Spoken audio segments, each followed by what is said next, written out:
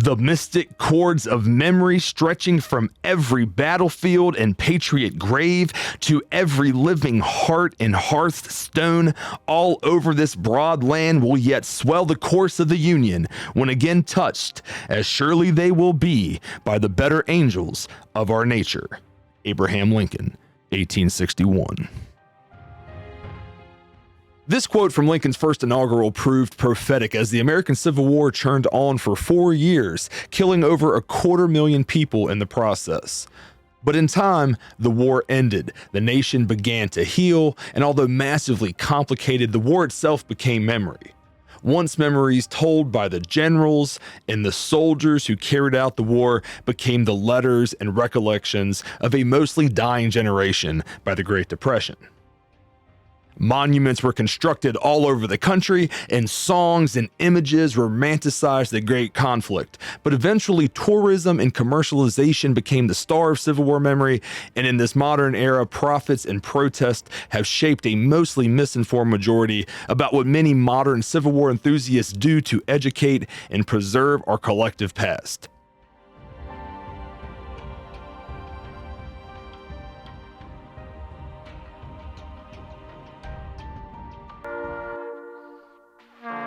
One organization that offers a local and vocal group of history lovers right here in the Shenandoah Valley is the North-South Skirmish Association, where each May and October Civil War weapon lovers come together from all over the country to demonstrate their skills.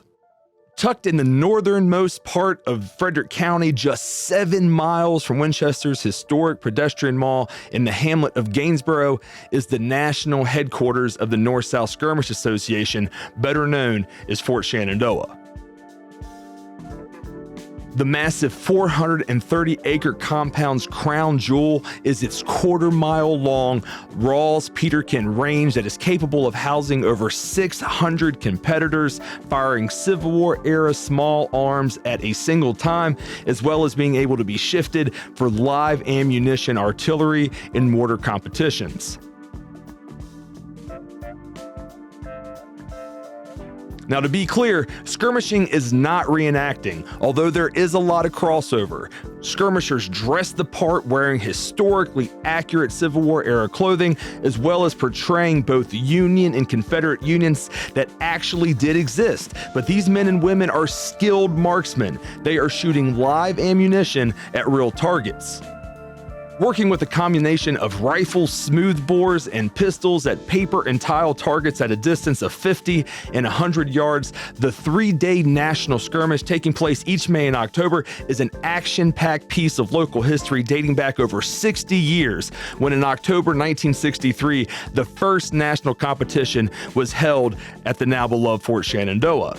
The NSSA itself has an even longer tradition dating back to a kindred friendship that blossomed in 1949. Now, by 1949, World War II had ended in an Allied victory. The world had officially gone nuclear.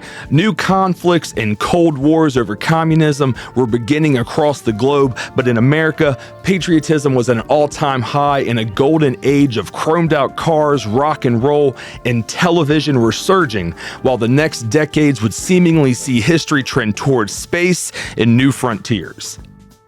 But for Coast Guard vet and history enthusiast Jack Rawls, there was an article in a DC area newspaper detailing the Civil War era weapons display that Ernest Peterkin was putting on at his Berwyn, Maryland gun club.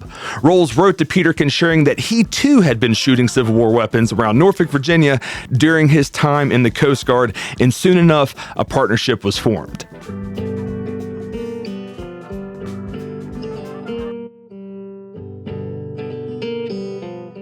The initial outcome of the Rawls-Peterkin letter exchange was for Rawls' Norfolk Graybacks to travel to Peterkin's Maryland Gun Club to have a shooting contest against the Berwyn Bluebellies in what in May of 1950 would be the first North-South skirmish. A few hundred folks showed up and enjoyed what they saw, with the costumed boys of 1860 shooting at balloons and trivial targets. A second contest was planned for October of 1950, but this time in the Richmond area.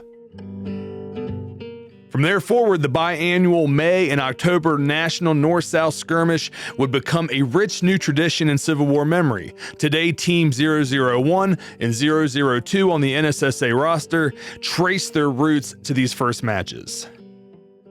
The mid-50s saw several national newspaper features about the sport, and each year interest in rosters grew. But by 1960, their country was ready for the 100th anniversary of the Civil War, and no single state was more mobilized than Virginia with her $500,000 Civil War Centennial Center. The first major event on a national scale of the Centennial would be the now famous and somewhat disastrous reenactment of the Battle of First Bull Run in Manassas, Virginia. The president and other dignitaries would be invited to watch a blend of reenactors with NSSA memberships, and United States National Guardsmen stage a nearly 3,000-person sham battle witnessed by a July 1961 crowd of over 50,000 people.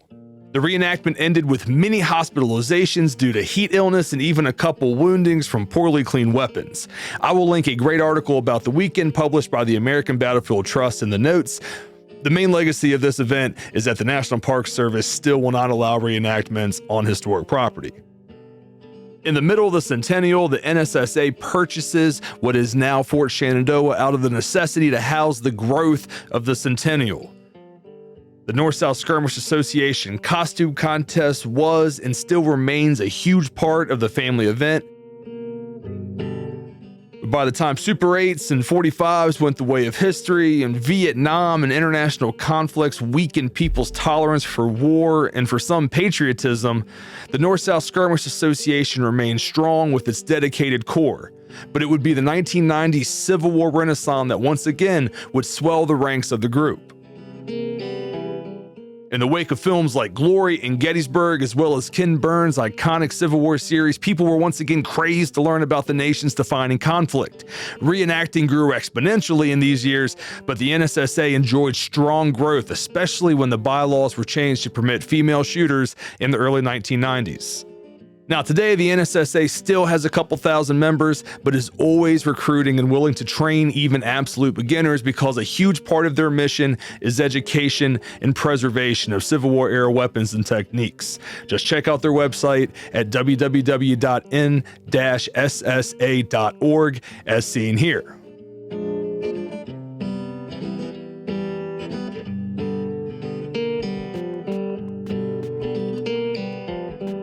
While we're at it, come with me and let's check out the 150th North-South Skirmish Association National, which took place the first week of October this year. Seeing one of these events in person is really cool. The range is a massive quarter-mile long and is filled with 8-person teams representing real blue and gray units of the past. Thousands of folks come out, and it is free and open to the public. The concession stand was massive and ran like a well-oiled machine. Kids fit right in, and as a father myself, my little boy loves seeing all of this go down. The event takes place over several days with a combination of individual and 8-person team competitions, shooting a combination of smoothbores, muskets, and carbines at regulated targets for score, and most importantly, bragging rights. The targets are on frame starting at 50 yards and then are moved back to 100 yards as teams work in timed intervals. The sound is the most impressive part of the whole thing. Hearing all of these guns create actual battle noise. Go ahead and check out this clip for how awesome it sounds.